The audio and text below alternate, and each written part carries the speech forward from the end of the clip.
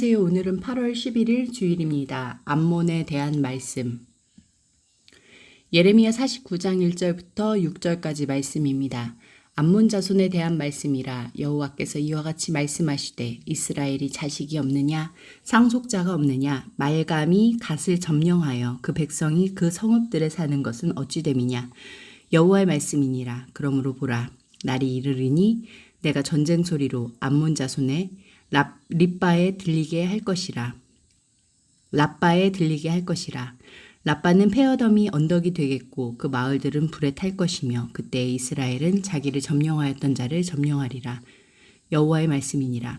헤스보나 슬피 울지어다. 아이가 황폐하였도다. 너희 랍바의 딸들아 부르짖을지어다. 굵은 배를 감고 애통하며 울타리 가운데에서 허둥지둥 할지어다.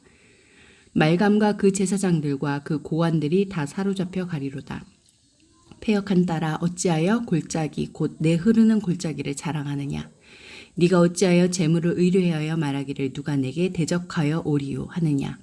주 만군의 여호와의 말씀이니라. 보라 내가 두려움을 내 사방에서 내게 오게 하리니 너희 각 사람이 앞으로 쫓겨나갈 것이요 도망하는 자들을 모을 자가 없으리라.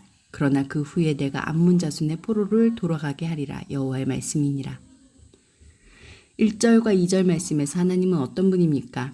자기 백성을 공격하는 자를 벌하시며 빼앗긴 것을 되찾아 주십니다. 가나안 정착기에 갓 지파에게 암몬의 땅이 분배된 이후 암몬과 이스라엘 사이에는 지속적인 분쟁이 있었습니다.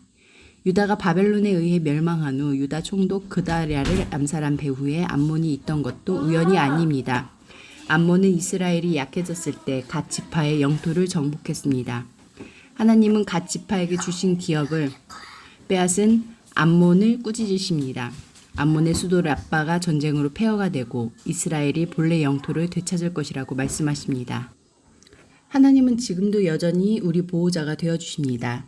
악한 세력의 부당한 수탈을 묵과하지 않으시고 우리를 위해 싸워주십니다. 3절 말씀에서 하나님은 어떤 분입니까?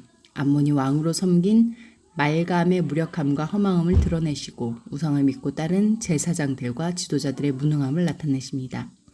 하나님이 심판의 손을 드시자 모든 것을 할 수 있다고 자부한 제사장들과 지도자들은 아무것도 하지 못합니다. 헤스본과 랍바 성읍 여기저기서 곡소리만 터져나올 뿐입니다.